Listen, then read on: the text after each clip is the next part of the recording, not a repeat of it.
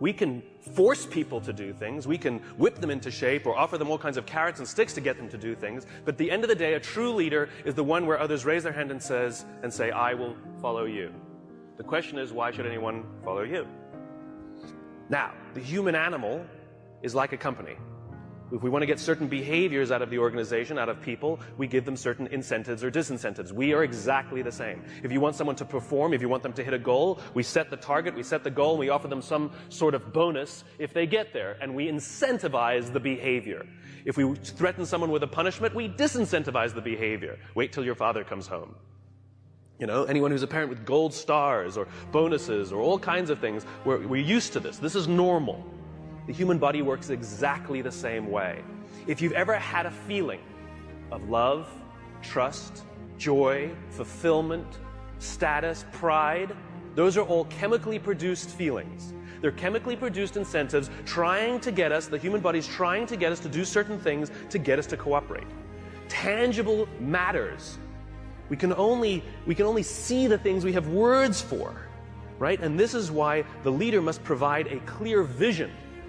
Why are we doing this? Why are we in business in the first place? What is the point of growing the company that you're growing? Everybody talks about, what's your growth? What's the point of the growth? In other words, you have a company. Why do you have that company? What is the value your company is offering to others? And what do you want your company to leave behind when you're gone? There has to be a purpose for why your company exists beyond the things you make, beyond the things you do, beyond the money you make. You had the purpose when you founded the company, otherwise you wouldn't have taken the crazy risk to start it with the overwhelming chance of failure. And people wouldn't have given you blood, sweat, and tears if they didn't believe in you, because you were the alpha, you had the vision, you had the strength, and they wanted your protection. And they joined you, and they gave you their blood, sweat, and tears because you gave them a sense of purpose and belonging and protection. You have to know why you do what you do, and this is what the leaders do. And the more they can put it into words, the clearer they can put it into the words, the more we can see it. Again, we can only see the things we have words for. And so when you can put these things into words, other people can see them. I have a dream. Martin Luther King put into words the vision, seeing he had. The rest of us could see it too, and now could focus all of our attention, all of our efforts on getting it done. And every metric, and this is the purpose of metrics, every metric we use it's not about the metric. Metrics are supposed to measure progress. In other words, each metric is the tree getting a little bigger.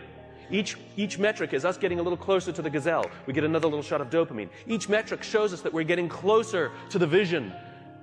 It's not just about the numbers at the end of the year. How did we do? We're up. Good. Towards what? Towards what? We don't know what we're getting closer to. And it makes work unfulfilling. Don't know what we're working towards. Dopamine. We don't care if we let down the goal. Like if we have a goal that we have to achieve for work and we miss the goal, do we feel bad that we let the numbers down? No. We feel bad that we let somebody we love down. We feel bad that we let down our boss, we let down our parents, we let down our coach, we let down our drill instructor. We feel bad when we let down a human being. Accountability is never to a number. Accountability is to a person. And if there is no relationship with the person who's supposed to look after us and the person we're supposed to be working for, then we don't feel accountable. And this is where leadership becomes really, really important. You see, when we give selflessly to those in our tribe, offering them protection, because that's all anybody wants at work. They want to feel safe, comfortable, protected. Think about it as a parent. You know, back in those days, there were no countries, there were no corporations, there were no companies. They didn't exist. There's only one thing that pre-existed all of those things. The family. That's all we had. Each other. Think about it. What do we say to our children? You don't get to choose your children. Some of them are funny looking.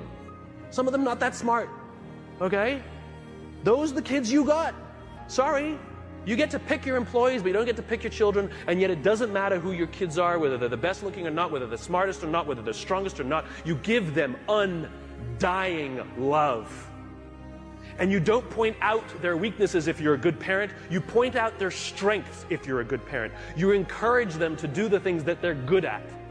And you hold them up, and sometimes you let them fail and learn for themselves, and sometimes you discipline them, and sometimes you prop them up, and sometimes you push them, and sometimes you let them go. And more than anything else, all we want for our children is to achieve more than we could have achieved.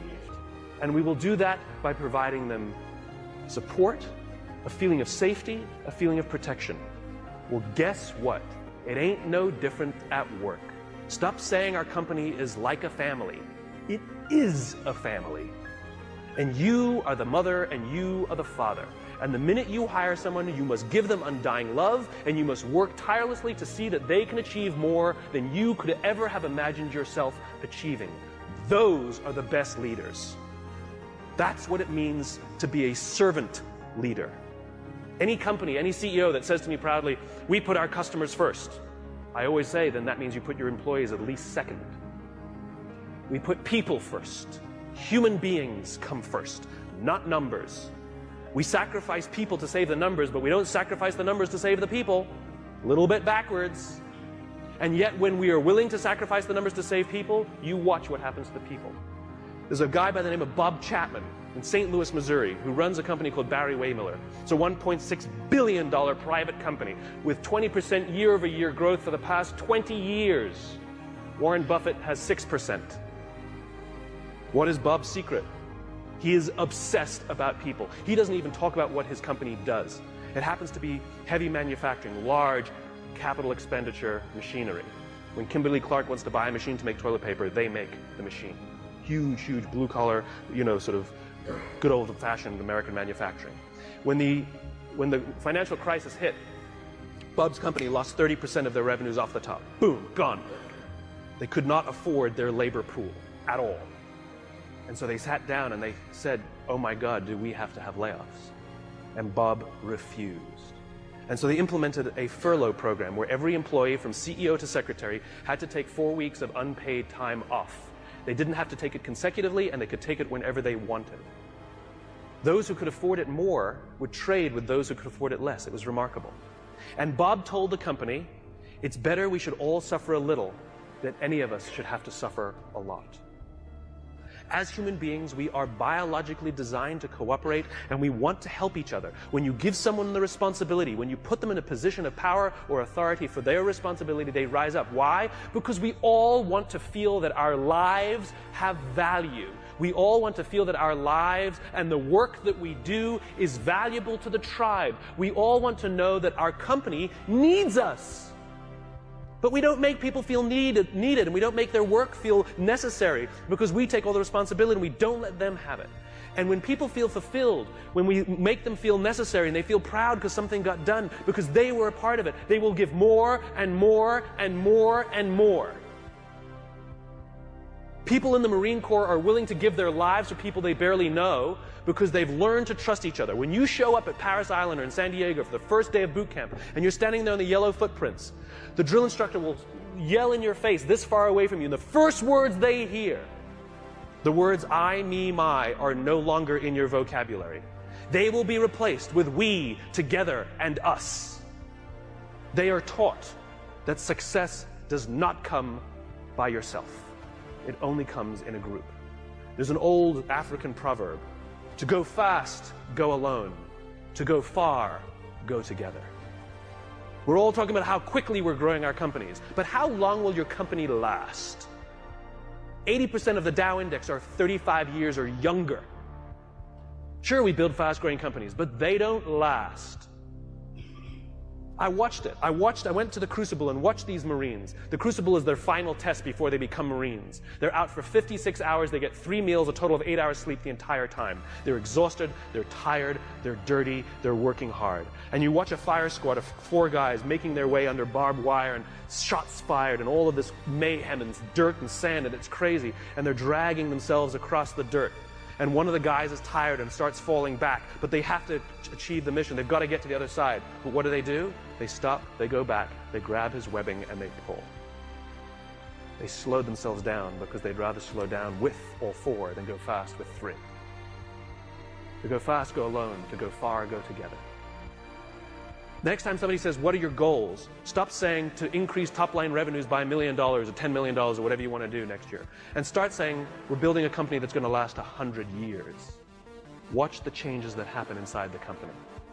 Devote yourself not to firing people, but to give them an opportunity to contribute. And if they fail, help them up. And if they fail, help them up. And if they fail, help them up. And if you really think they're incompetent and you really don't believe they fit your culture, why did you hire them? Because of their resumes? Or because they belong? We should treat hiring like adopting a child. We don't adopt children by saying, well, I'd like a blonde-haired, blue-eyed kid, yay high, and I want to make sure that they've done well in preschool before I take them. Well, that's how we hire people. I'm looking for somebody with experience in our industry, with at least 5 years, with this kind of, oh, you meet it, we'll take you. No, that's not what we do. When we adopt a child, we're going to give them the keys to our house, we'll let them run around by themselves, maybe even give them responsibility over our other children. It's a slow decision. We want to get to know the kid. We want to spend a little time with the kid. See if they would fit in our family, if our other kids would get along with them. Hiring is exactly the same. You cannot judge the quality of a company by the good times. We cannot judge the quality of a crew when the seas are calm. We judge the quality of a crew when the seas are rough. And numbers will never come to your aid. Ever. People will. If things are going great and everything's growing and you feel that everyone's disposable, guess what? They think the same about you. It's reciprocal. It's always balanced. Time and energy. Roam the halls. Implement policies where if you have something to say somebody, not just the exchange of information, if you want to pay someone a compliment, if you want to ask somebody a question about their work, not about some fact like what time's the meeting, you do not send emails. You stand up, you walk the 35 feet, and you walk into their office and say, hey, quick question for you. That thing that you did for the client, can you just tell me a little more about it because I have a client meeting? I promise you the relationships that will form simply because people are giving time and energy. It's too quick to send an email. It's too easy. If I come over to your house for dinner and a day later I send you this beautiful email how grateful I am for the dinner that you made for me, or if I sent you a handwritten note with the exact same words, which one makes you feel better? The handwritten note. It's not the words. It's not the intention. It's the time and energy we take.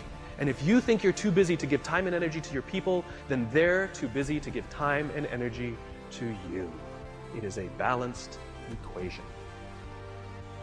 I imagine a world in which the vast majority of people wake up every single morning, inspired to go to work, and come home every single day fulfilled by the work that they do. I believe that loving our jobs is a right, not a privilege. Why should it be just the lucky few who get to love going to work? It is an entitlement that we all have. And by saying love our jobs, it doesn't mean we have to like them every day. We love our children every day, we don't like them every day. Right? We don't have to like every day, it can be hard, but we get to love it every day. And the thing that makes us love our jobs is not the work that we're doing. It's the way we feel when we go there. We feel safe, we feel protected, we feel that someone wants us to achieve more and is giving us the opportunity to prove to themselves and to ourselves that we can. This is the world that I imagine. This is why I do these talks. Because I'm just a cog in the wheel, a cog in the machine. I'm just a small piece of the jigsaw puzzle. I come to speak to the nice people like yourselves because you're the ones who are running companies. You're the ones who are in control of the cultures that you're building. You're the ones who determine who you hire and who you don't. Are you hiring based on skills? You're hiring based on culture. I come and share these ideas with you with the hope that some of you will try some of these things, and over the course of time, you will watch your own cultures improve and the people love coming to work. Oh, and by the way, it's good for innovation, it's good for progress, and it's good for profit, aside. So I thank you very much.